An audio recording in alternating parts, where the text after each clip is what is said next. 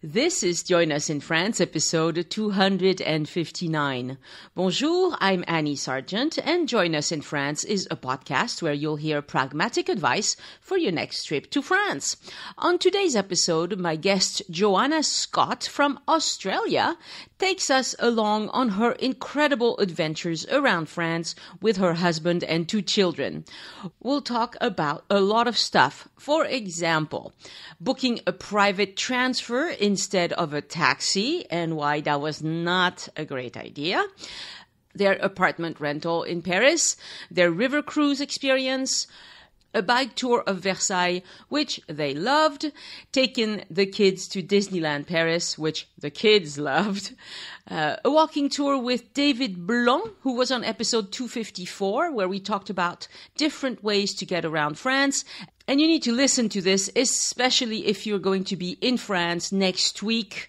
Starting on December 5th, we have a big transportation strike starting.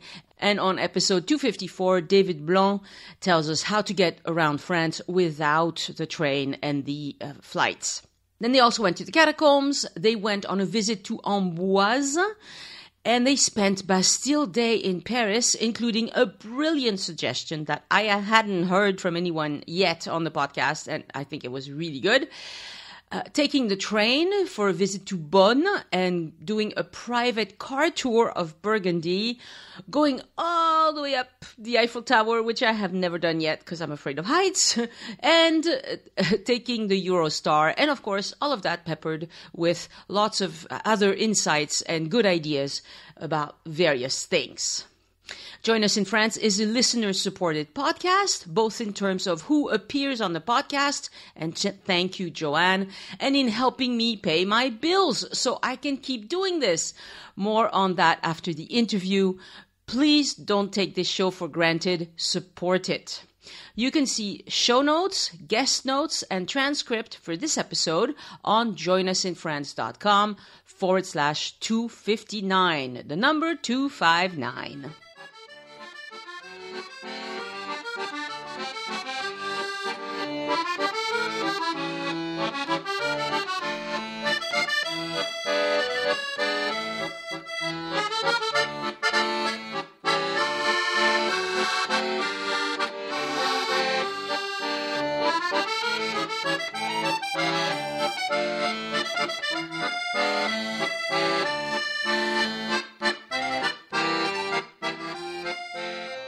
Bonjour, Joanne, and welcome to Join Us in France, all the way from Sydney, Australia. Oh, bonjour, Annie. It's lovely to speak with you. It sounds like you had a great time, and what I really liked about what you sent me is that you had a lot of good observations about what worked out and what didn't. So I'm looking forward to hearing about all of that. First, tell us about your family, the composition of your family, and when you took your trip. Our family, which consists of myself, my husband, and my 2 children, went to France in July 2007. And at the time, I had an 11 son and a 9-year-old. And we went to Paris for 10 days, based ourselves there to see other parts of France. Very good. Jam-packed trip, but excellent. Very good. So let's take it from the first day. It looks like the first thing you did is you had booked a transfer to get into the city. How did that work out for you? Well, in hindsight, it didn't work all that well. And I wish I had found your podcast before we went on our trip, because I only found it on the return last year. And had I listened to your podcast, I would have booked a taxi. But we booked a transfer through a private company because I was apprehensive about getting the metro, finding a cab ourselves. But it was a little bit of a disaster because I think we had booked through a company that was based in Spain. And so the driver didn't turn up and we were trying to track him down. It was fine in the end, but the driver didn't speak English. He was about an hour late. So it was a little bit stressful to be arriving and not what we were doing. But we got there in the end and got into town. But in hindsight, I would have booked a taxi. Right. So my recommendation for this is don't even reserve a taxi. This is a major world capital. There are dozens of taxis waiting at the door. The only thing you need to make sure of is that you go into the official taxi line, and it's easy to recognize because you'll see indications of it, and it looks like an official taxi line. I don't know what else to tell you. If somebody stops you along the way, and this always happens, and says, "Do you need a ride into the city?" Just say no. You go to the official taxi line. It's a set rate. There are always taxis there. That's just the easiest way to do this. That way, if your flight is delayed or if whatever happens, they're ready when you are. Well, we're going back next year, and we will definitely just go and find the taxi line and grab a taxi into Paris. Much easier. Right. And also with a family of 4, you actually don't save that much money by taking the public transportation because the taxi is, depending on what airport and where you're going, it might be between 30 and 55 euros. And a train ticket is 11 and change per person. So, yeah. Yeah, it's a great idea. Definitely do that next time. So that's one minor thing that I would change on our holiday. You rented an apartment, right? We did. We booked through one of the usual sites and booked an apartment for 10 nights in the first Aristamont, and it was a great location just for transport and getting to the metro. Mm-hmm. It was near the Chateauneuf and Rue de Rivoli, so right near, I think it was Châtelet was the nearest metro. So right. Very convenient because it was such a main metro station. Yep. And excellent. We had a kitchen, so with kids, you need to be able to access supermarkets and cook because you can't eat out every meal. Kids are too tired and they don't always eat the food, so you've got to be a little bit accommodating in that. But it worked well. Beautiful apartment, and yeah, I'd do it again if we went back for a long period. I'd book an apartment, rather than a hotel. Would you say that your kids are picky eaters or not so much? Look, my daughter isn't, but Mike's quite a picky eater. He does have some food allergies. Uh-huh. He's got a nut intolerance and a food tolerance, so it's okay. It can have cross-contamination. It's not as serious as allergies, but he is a little bit. So we did do a little bit of cooking at home, right, for dinner. Right. Okay. So your first day, it looks like you did a river cruise with the Vedette du Pont-Neuf, which is right near where your apartment was. Was that okay? That was excellent. And I would thoroughly recommend doing something like that at the beginning of a trip because we got to see all the main tourist sites. It was so wonderful to arrive and then see the Eiffel Tower. It was a special moment to feel like we were in Paris. Yeah. And it was excellent, very informative, and we chose that one because we're staying. I think the main one, the Bateau-Mouche, right, is a different pickup point. Right. Yeah, and you really it was excellent. I thoroughly recommend. Yeah, you really need to just go to the nearest one. You don't. They all do pretty much the same thing. So go to the nearest one. And they cost around 15 euros. I wouldn't walk for a long time just to get to a specific one. Honestly, it just depends where you are staying. Yeah, I had actually pre-booked tickets for that from here. In hindsight, there was probably no need to do that. Correct. It was busy, but it wasn't full. Correct. I researched which is the most place, and that's why I chose that particular provider. Yeah, very good. It was excellent. I'd love to do it at night with it twinkling, but bit tricky when you've got children and the sun sets so late. Yeah, that's true. In the summer, the sun sets very late. So when you fly in from Australia, what time do you typically arrive in Paris? Well, we actually came from Italy, so I think we got in early afternoon, but from Australia, it's about 5:30 in the morning usually. Oh, that's brutal. On a long haul flight. It is pretty brutal. Yes. I think when we're coming next year, we arrive, some crazy hour. But that's okay. You just have to get up, get moving, stay outside, enjoy the sunshine, get to bed at a reasonable time. So in that case, like most Airbnbs or hotels or apartments, they can't check you in at 5:45 in the morning or at 6 in the morning. How do you deal with that? Well, yeah, you either have to, we always travel with carry-on luggage only. So for us, it's not too much of a problem. So you have to take your luggage with you until you can check in at, say, 3 o'clock in the afternoon. Or alternatively, I know there are some companies that do allow you to check in your baggage for the day. So if you were coming in, you could look at doing that. Yeah, there's a thing I heard about called Nanny Bag. And they have, I have never used them, but what they do is they have arrangements with lots of business owners. So like it's going to be a laundromat or it's going to be a tobacco shop or something. And yes, at the set time, you go and you deposit your bags and they're expecting you and they'll just keep your bags for a few hours and then you come back and get it. But again, if you show up at 6 in the morning, nothing's going to be open. So for at least a few hours, you'll have your bags. Yeah, that's the benefit of traveling light. I guess you go and find a cafe and have a meal and take your bag with you, and then when everything opens, you can check it in somewhere. Yeah. But yeah, I never travel with lots and lots of bags. One carry-on each is all the kids are allowed, and if they can't fit it in, it doesn't come. You're a strict mother. That's good.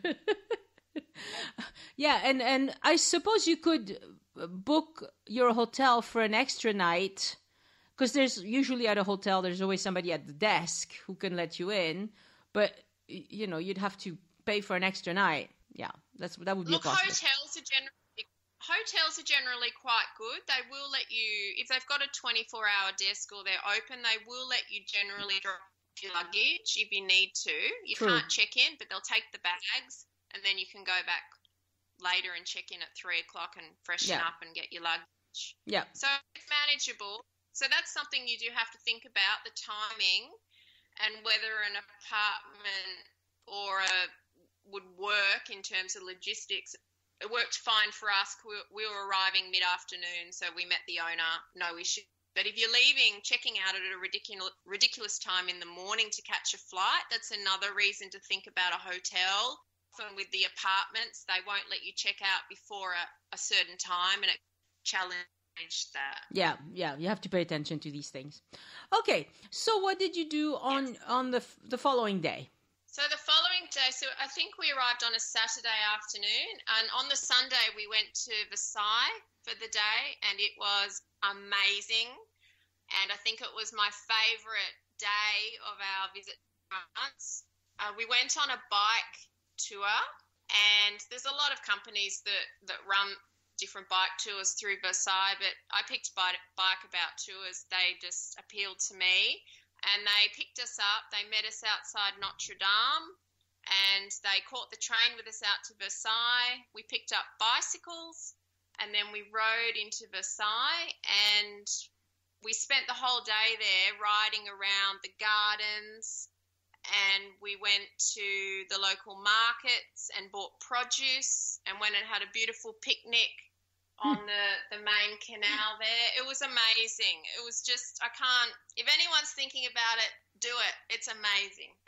Yeah, I think for Versailles, if you can book a tour, whether it's a bike tour or one of the official tours with the Versailles guides, it's a much, much better experience because Versailles is super busy. And it's also a very large facility. It's a very large area. And so with a bike, you can see a lot more of it. Well, I didn't actually realise quite so large how large it was. And I think if we had just got on a train and gone by ourselves, we wouldn't have ventured out to see, Marie Antoinette's village and seen the Queen's Hamlet and gone around and seen all the beautiful the Petite and the Grand Trianon palaces, because they're not that accessible. You get off the train, you walk to Versailles, and there's the main chateau. Yeah. On a tour, you can get straight in, you skip the lines, and when you've got limited time, it's worth spending that money to skip those queues. Yes. And also, the Hamlet is a must-see, you know. And you can do it by yourself. You can walk there by yourself. Some people take there's a little choo-choo train, you know, a little tourist train that'll take you there. But actually, you can get there faster if you walk, because the train, it's cobblestone. So the little train rocks, you know, like people get all jolted. So it has to go very slowly, or it would be unbearable on that train. So walking, you go just as fast, to tell you the truth. But with a bike, it's ideal. You know, you can really explore. It's great. And the other thing, the bike was great. Yeah, and the other thing you mentioned that's really good to know is that you can bring your own food into Versailles. So that's what French people do a lot, is they just bring a picnic and they do it. But you can also buy, there's a lot of places where you can buy food along the gardens and stuff. Everybody wants to go to Angelina's, but there's always a long line there. So if that's what you want, do it. But I would do it somewhere else if I had my choice. I would go and buy some food, whether it be outside or in there, and go and sit by the canal and have a beautiful lunch. There were so many people sitting having picnics. It was just so picturesque, and you're really getting to enjoy the scenery and being outside, and you felt like you were experiencing the moment. It was wonderful. Absolutely. All right, let's move on to your next adventure. So the guide took you back all the way to Paris, right? No, the guide actually, I hadn't quite read the instructions properly, but we were in the gardens pretty much all day, and at 4 o'clock he left us outside the chateau. We hadn't been in the main chateau. So he went back to Paris and left us there, and we could either follow him back or go in, and we thought, well, we haven't actually seen it yet, and we've been here all day, let's go in. Yeah. So we spent about 2 or 3 hours in there, and it was beautiful. Yeah. And then we caught the train back by ourselves, which was a bit challenging because I hadn't really paid attention how we got there. So, and we don't speak French, so we're trying to work out how do we get back. We fumbled our way through. It was fine. Yeah. It was an adventure. It's marked, and you just follow the crowds. Yeah, it was very easy. Anyone could do it. Yeah, it's very easy. Yeah, and tour guides, that's the thing, you know, there's not a lot of tour guides who are going to spend 12 hours with you. Like, if you meet the tour guide at 8:45 in the morning, like you say you did, they're not going to stay with you until 8:45 at night, because that is a super long day, and they do this day in and day out. They can't keep doing this every day. So that's why typically they will leave in the middle of the afternoon. But they did the right thing by having you go inside of the chateau at 4 p.m. That's the right way to do it. Oh, it was excellent. There were hardly any people. There were people around, but the queues were very manageable. They were small, and when we were in there, the number of people was also manageable. So I think it was excellent to leave the chateau for late in the day and avoid the crowds. Yeah. Definitely. Yeah. So it was a good day. Versailles took the whole day. The whole day. We got home about 10 o'clock at night, so we're all very tired. I bet. Very good. Back with a day at Disneyland the following day, which we were probably mad to do, but up at 7:30 on the train, because we wanted to be there for when the doors opened, and we spent the whole day there, and we got home about 10 o'clock from Disneyland, and the kids had an absolute ball. It was wonderful. We put it on the list for something that the kids would love. I wanted to do Versailles, and I thought they'd not really want to do it. In the end, they loved Versailles. It was excellent. Yeah. But we put Disneyland on the list to tick the box for the kids, and they didn't want to leave. They wouldn't go home. Yeah, they're the right age, 9 and 11, you said? That's the right age for Disneyland. Oh, they loved it. And they're not big Disney fans, but we got in there, and within an hour, we're looking for the Mickey ears to buy. It was a really magical day. Yeah. Wonderful. I definitely recommend it. And so we caught the train. It was all very easy. If anyone is considering just jumping on the train, if they've got time, go to Euro Disney for the day. It's the last stop on the line. You walk out, it's right there. Very easy for non-French speaking people to access. Very good. Yeah. Disney's good at they're good at doing this. They know what they're doing. Even people who are not Disney fans have a good time. So oh, it's wonderful. Yeah. We're going to go back next year. We loved it so much. So good. All right. The following day. So that was also a full day, right? Disney, you can't do that in less than a day. No. No. Following day, we went on a walking tour. We actually had a local French person. His name was David Blanc. I think I'm pronouncing that correctly. You are? I booked him just through I think Tours by Locals was the travel site, and you can hook up with local people who will walk you around their town, and he was wonderful. He took us for a 2.5-hour walking tour through Paris that morning. We went through the Marais, we went through Luxembourg Gardens. He took us to the most amazing falafel shop in the Marais. So we had to indulge. Yeah. That was wonderful. Excellent. Yeah. And he took us to his chocolate shop.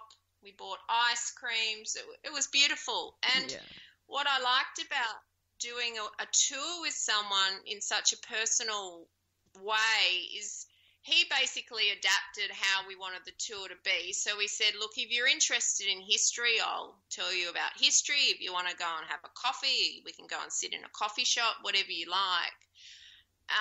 And so we were quite interested about the history, and we got so much out of that tour, all the little stories, and he'd stop outside a building and show us a plaque from the war and he told us a lot about the Jewish community that I wasn't aware of. Mm-hmm. It was just a very insightful tour. So yeah, I'd thoroughly recommend people trying to get a local tour with somebody, whether it be through a lease or anyone else. It does offer a different experience if you can walk with someone who knows the area. Right. And David Blanc has been on the podcast. He talked about, I can't remember what the episode is called, but it's something about cost-effective ways to travel around France. And I know him personally. He's a wonderful guy. So I would definitely recommend him. Well, you don't know that because it hasn't been released yet. So by the time yours is released, he will have been on the podcast. This is the magic of podcasting. It's future everything. Fantastic. Well, I'd give him a plug if anyone's looking for a good guide in Paris. He's excellent. Very good. Okay. And then that day you also went to the Catacombs. We did. And we bought tickets here before we went. We bought the skip the line tickets. And the way that the tickets worked is you could go any time in the afternoon that you wanted. So I think, mid-afternoon we went across, and the queue for the general public was unbelievable. Yeah. We went up to the front, showed our ticket, and he moved the guard, and we went straight in. Yep.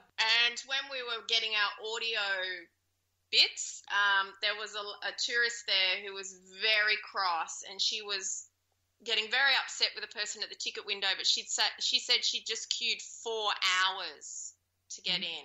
Yeah. Don't do that, folks. You can buy it in advance. You don't need to queue for 4 hours. And the difficulty with the Catacombs is that there's a line for the tickets, but there's also a line to enter. Well, there's always a security line also. So they can't have more than a specific amount of people going up and down those stairs at any given time. So they have to let you in slowly. And so if you're just queuing up, it's hours. I had a funny thing on the Facebook group recently. Somebody said, we don't need to buy the Catacombs ticket. I'm sure the hotel will have discount tickets. No, nobody has discount tickets to the Catacombs. It's always packed. It's always more people than they can take. So buy your tickets online, pay the full price, and do it the way you guys did. Bravo. This is how you do it. Yeah, no, it was perfect. I loved it, but I wouldn't queue 4 hours to see it. And when you can access everything online, I don't understand why people don't buy tickets beforehand. It's very easy to do. Right, but it's because people don't want to decide when they want to go. you know. I understand. But I guess when you've only got a short amount of time and you're coming from the other side of the world, it's good to be organised. I like to be organised. Agreed. All right, so that was a very full day. And then the following day, you went out of Paris. We did. We caught the train of the RER and we went to Amboise, which is in the Loire Valley. It was a gorgeous town. I wish we'd stayed there longer. So we had one night only there. Now, this is not an RER. Maybe you caught the RER, but at some point you got onto a regional train, a TER. We did. I think we caught the RER to Dijon and then changed to Dijon. No, the RER is only the very close proximity to Paris. Dijon is far away, so it's TER, but it's okay. That's just it's my fine. mistake. Yeah. Right, sorry. So we arrived there mid-afternoon, and I had an idea that we were going to do a lovely ride to the local chateau. So I wanted to see Chateau. Always get the pronunciation wrong. Chenonceau, yeah. So I had been reading about it, and I think I was reading some riding blogs. But we went to the local bike shop, hired some bikes with a view that we would get a map from the bike shop and we would cycle to the chateau, which was meant to only be 10 to 15 kilometres. Mm-hmm. So when I got bikes, the gentleman in the bike shop didn't speak any English. It was very funny. We were trying to ask him for a map. He gave us a little brochure, which wasn't really a map. Yeah. And we realised then that maybe we weren't quite equipped for a 10-kilometre bike ride. Yeah. Anyway, we obviously took a wrong turn, and it ended up being a 30-kilometre bike ride just to get there. And I'm not a bike. I haven't been on a bike. I'm in my mid-40s. I haven't been on a bike since I was about 17. Mm-hmm. So your behind was not really happy. Quite funny. So I was not happy. Yeah. So unfortunately, my daughter's bike was too small. So anyway, we got there. It was beautiful. I had tickets. We went in and saw it, but then we had to turn around and ride back. And in the end, I couldn't do it. So we found a local train station. So we rode to Blois. Yes. B-L-O. Yeah. My daughter and I separated from my husband and my son, and we got on a train and we made our way back to where we were staying. And my husband and my son rode like the wind because I had to get back to get our credit cards before the shop closed. So they made it back. They made it back before us. They thought it was great. They love bike riding. Right. My daughter and I wanted to get on another bike again. Yeah, I hear you. Yeah, my husband loves biking too, and I'm like, no. But Chenonceau's, it was gorgeous. I'd recommend definitely going there. And Amboise, we had the most amazing meal that evening. I think probably because we were all so famished. It's a beautiful little town. We didn't get to go to the chateau there. I'd recommend doing that. I think, So the bike adventure there wasn't quite as good as what you had at Versailles. No, funny story now. A Yeah. bit traumatic at the time, but all good. So obviously that also was a whole day. That was a whole day, probably a little bit ambitious. Yeah, whole afternoon, had dinner, and then we got up and left at 10:30 the next morning, back to Paris. Right, and I don't really have a suggestion for how to do it easier because I've been to Amboise and Chenonceau, but in a car. So I haven't looked into how to do this easier, but there's got to be easier ways to do this. My gut feeling would be probably you can go to the Paris tourist office. That's right by the main city hall, and they sell bus tickets. They do whole buses that go to the Loire Valley. So it's cost effective, and they'll just drop you off and pick you up at a set time. Yeah, I think that would be... Look, if you love bike riding and you can go the correct route, I'm sure it would have been wonderful. Much easier, yeah. Tricky when you're not sure what you're doing. Yeah. But it was good. It's part of the adventure. Yeah. That was good. All right, let's talk about your next day there. So we got the train back to Paris, and then I think we actually just had an afternoon of just wandering around and going to cafes and having a very quiet afternoon. We went back to the Marais and bought falafels again, but just a quiet one, just because it had been so busy. And so also, to have some down. That was July the 14th, so it was Bastille Day. The following day was Bastille Day. Oh, the day after. So sorry, I skipped one. Sorry. Yeah. So the following day was Bastille Day, and that was a fantastic day to be in Paris. Oh, so you spent a night in the Loire Valley. We did. Okay. One very evening. Yes. Okay. Now that makes more sense. All right, very good. Yeah.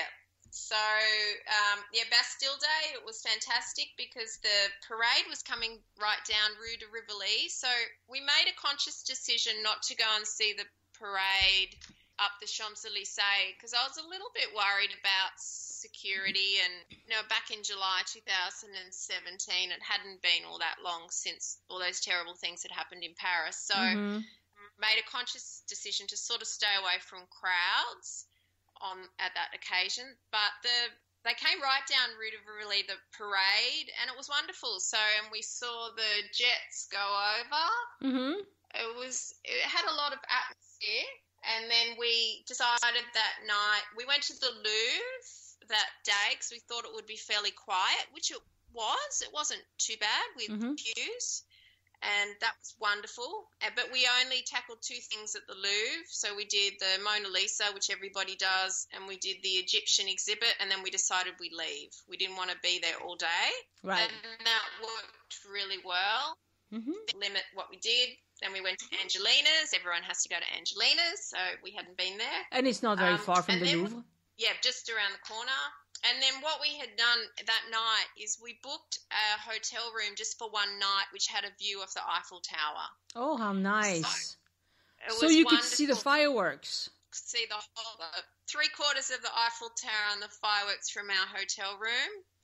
So that we is all clever. went to bed early. Yeah, and woke the kids up at 11 o'clock and said fireworks are happening in 5 minutes. So they got up, watched the fireworks, and went back to bed.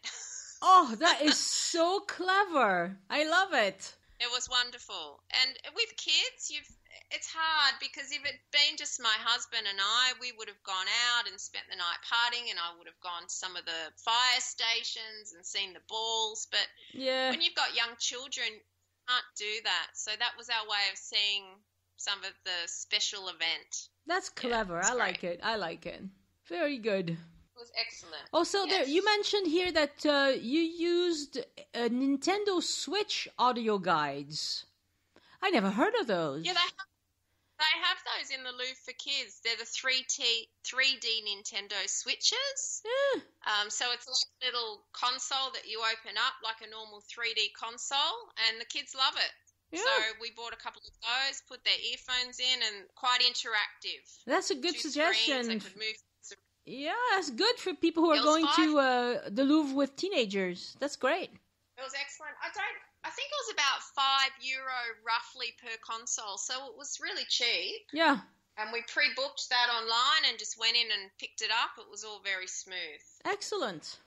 Oh, and then the next day you had a big day again. Oh, what did we do? Oh, yeah. You went to Beaune. So we got up really early the next morning.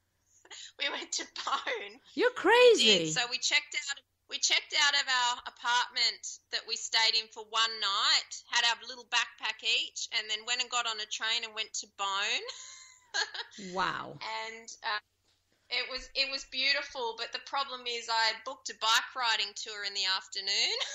Uh-huh. So we had to get back on bikes. So I wasn't too happy about that. Good plan. But it was much easier. It was just cycling through the vineyards and having a glass of wine. It was very easy, but I don't think I was quite ready for that. Yeah. So that was 3 hours on a bike in the afternoon, and so we were all very tired, and dinner, and then early to bed. So, but Beaune's beautiful. We didn't go to the hospice or hospital there. I would have loved to have done that. Yeah. We just didn't have enough time. So did you go back that night? Did you get on the train back that night, or you stayed the night? Okay, you stayed the night. We stayed the night. We actually stayed 2 nights in Beaune. So the following day, we had a tour guide who took our family around in her car for the day all around Burgundy. Mm-hmm. And that was a highlight of my trip. So we went to Flaviny. Am I pronouncing that correctly? No, I don't know what you just said. Flaviny? Yes. Okay. Flavigny. Yes, Flaviny-sur-Ozerain. Yeah. It's one of the most beautiful villages of France. Yeah. And it's gorgeous. So I wanted to go there because that's where the movie Chocolat was set. And so I wanted to see the little window of the chocolate shop and see the church. Yeah. And we had a beautiful lunch there. They have like a farmer's co-op where you can go in and buy lunch from all the local produce in a cafeteria area in a little farmhouse. Nice. And so we went with a woman speaking French, and that was excellent. I felt very in the moment doing that. Mm-hmm. And we went to Fontenay Abbey. I'd thoroughly recommend that if anyone is interested in old buildings. The 12th century Abbey, and it's a UNESCO Heritage World Site, I think. Gorgeous. Yeah. And we went to Chateauneuf. Yeah. Yeah, Chateauneuf du Pape. Yep. So, yes, and that was gorgeous as well. So we did a medieval day, seeing all the little medieval villages, and it was beautiful. So that was a full day pottering around in the car. Right. So we'll have they'll have that in your guest notes if they want to book the same tour guide and everything. Her name was Tracy Thurling, it looks like. She was great. Yep. So then next day, so you slept in Beaune again that night, and then you went back to Paris the next morning. Back to Paris for our last full day in Paris, and that's when we decided in the afternoon we'd go up the Eiffel Tower. Mm-hmm. So that was magical. We went right to the top. The elevator's amazing. We loved that. His glass elevator, and it was fantastic. So much fun. That was worth the trip to the top just to go in the elevator. Is it different from the ones that go to the second floor? I can't remember. I've got a video of us going up right to the top. It's kind of freaky. Like you're going up and up and up, and I don't think it was as dramatic going up from the bottom to the first floor. Okay. But it was good fun. So I've never been to the tippy top. I'm afraid of heights, so I'm like, okay, second level is all I can do. And I really enjoyed that one, but the tippy top, no. They were both great. Like I could see why some people say you don't need to go to the top. You had a fantastic view from the lower level. Yeah. They were both excellent. Right. And then the following day we left. So it was a very busy 10 days, but absolutely. Excellent. I just want to have a brief mention of your Eurostar to London. Was that fairly easy? Look, it was. I would. It's the second time we've caught the Eurostar from Paris to London, and it is a fairly easy exercise. Buy tickets online beforehand. Obviously, you've got to go through the checking passports, but overall, the Eurostar is excellent. Okay, very good. Easy. Yeah. Good to know. All right, let's see. So from everything you've said, you really liked. So you have your list of your 5 favorite experiences. Tell us about those again. Okay. My 5 favorite, I think going to Versailles and doing the bike tour and seeing the grounds as well as the chateau, that would be my number 1.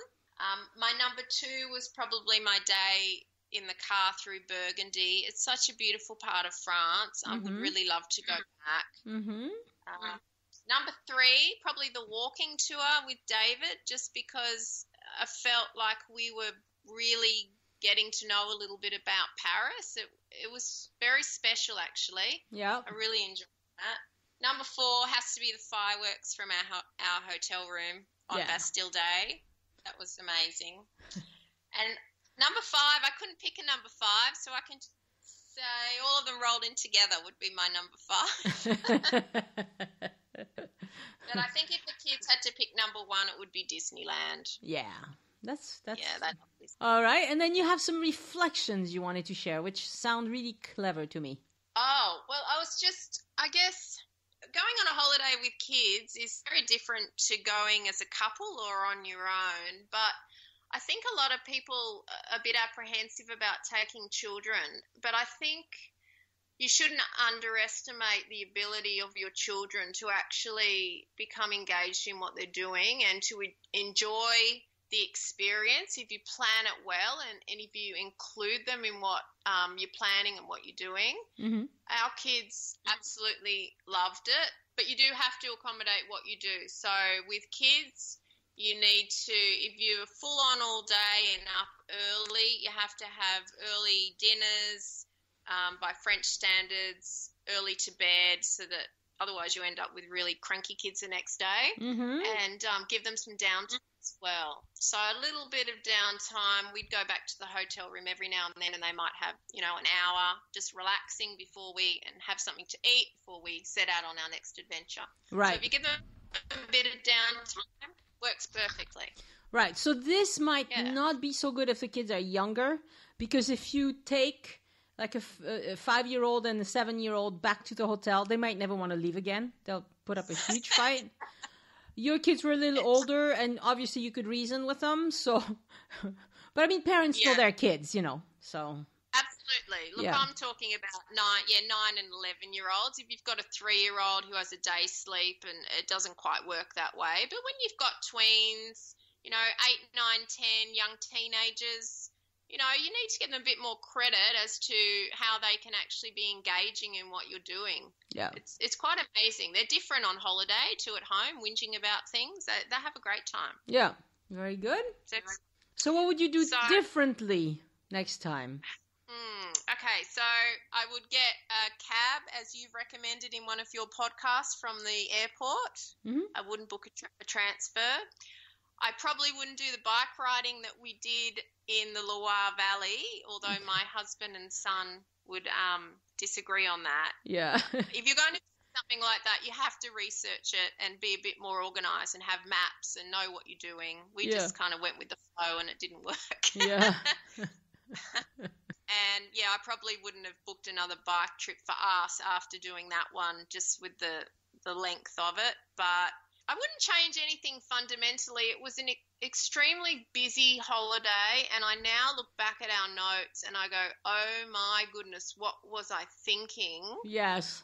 But I don't think for our first big family trip I'd fundamentally change anything, because you need to see and experience it to know what you want to go back and see next time. And I think when we do go back next time, we will do it differently.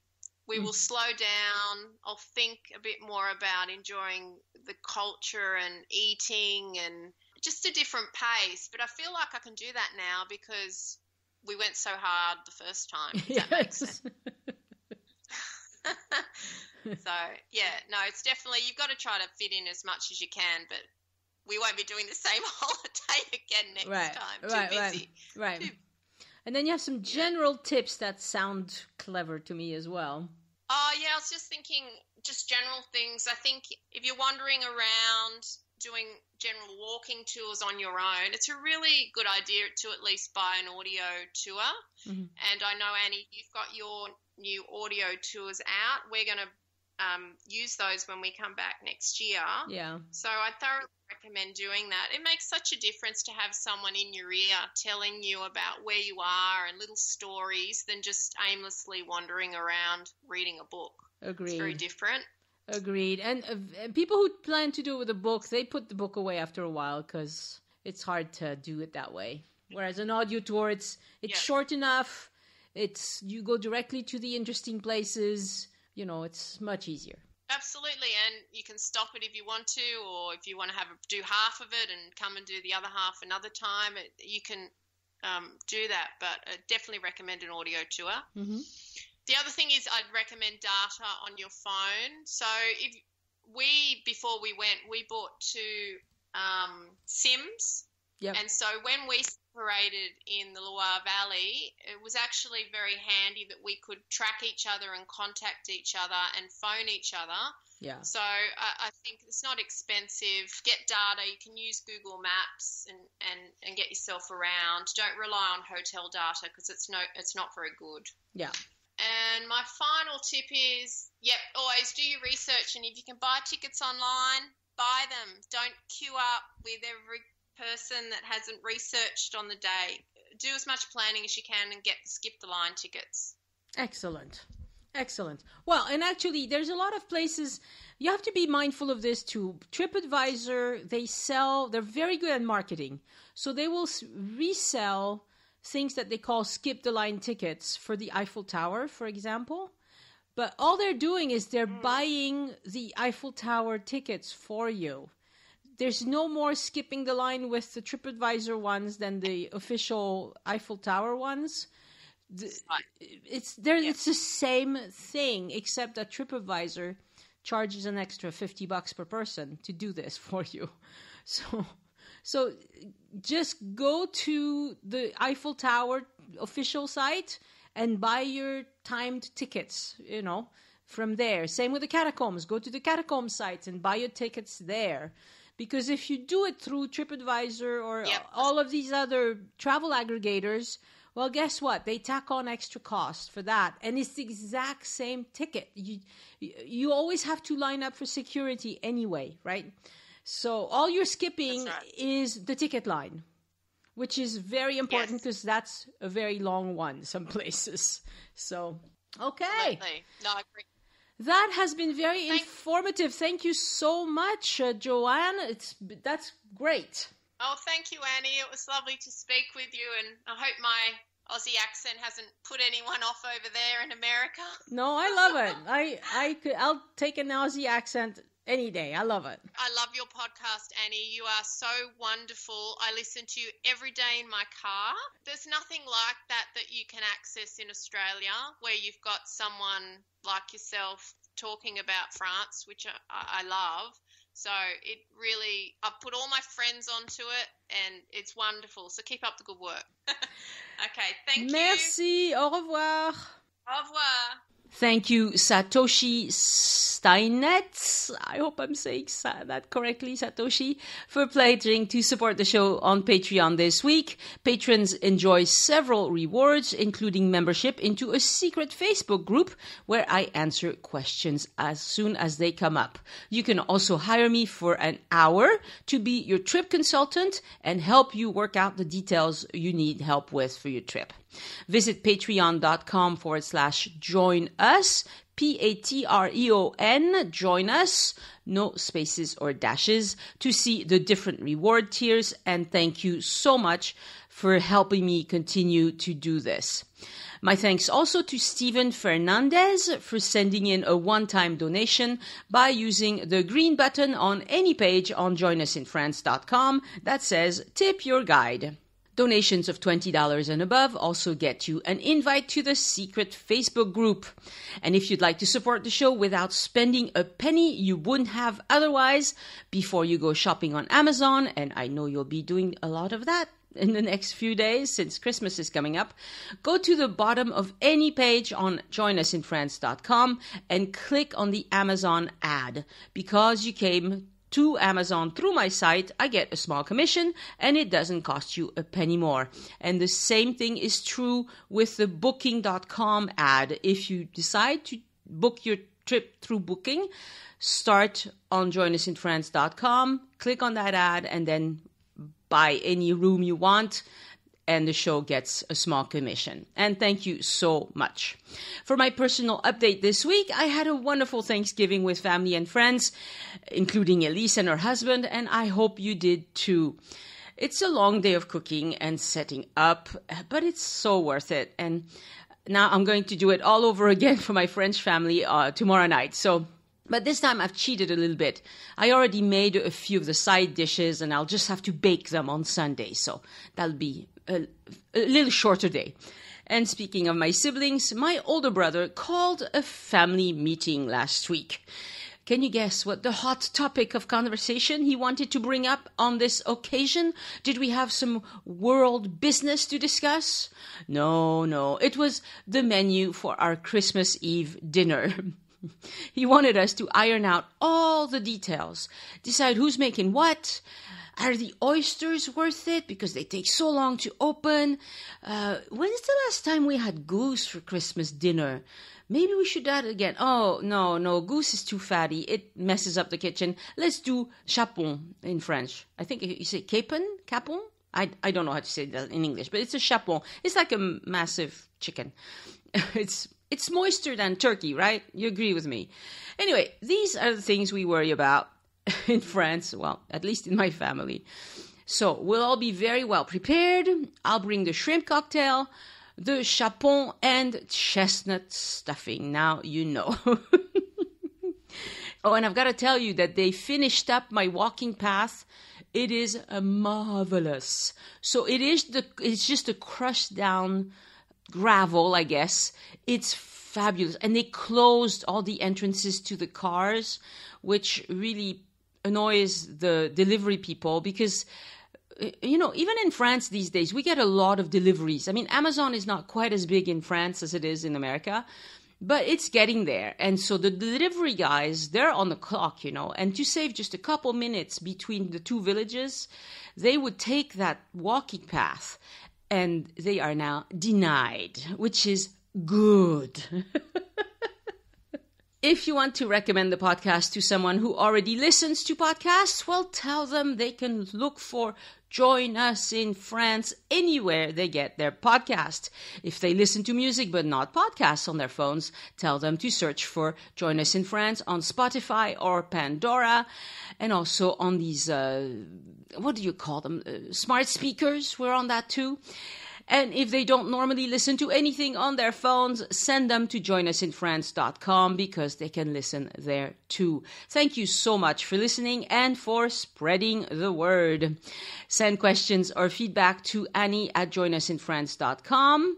And don't forget about my walking tours. They are selling really well, but I'm seeing a lot of people who come to the group and talk about their trip they just had in France, and they didn't try my walking tours. And I think they're just missing out because those tours are good. There are people who don't know me from Adam that buy them and that leave, great reviews. They love them. So give them a try. It's on the Voice Map app on your phone. Look for Tours in Paris by Annie Sargent. I have 3 of them. I have one in Le Marais, Ile de la Cité, which is around Notre-Dame, and Montmartre. And Elise has been continued to work on her Toulouse tour, and I hope it'll be out soon because she knows Toulouse like the back of her hand, and she knows all the good stories. Anyway, so Voice Map app. These are self-guided walking tours. You can take them anytime. You don't have to go when it's raining or if it's really, really hot or whatever. You can go whenever you want. You can start and stop. They are great. It's a great way to experience Paris and not miss a thing. And actually know what you're looking at, which is not valued as highly as it should be because I see visitors in Paris all the time just looking around with their mouth agape, and they don't have a clue what they're looking at.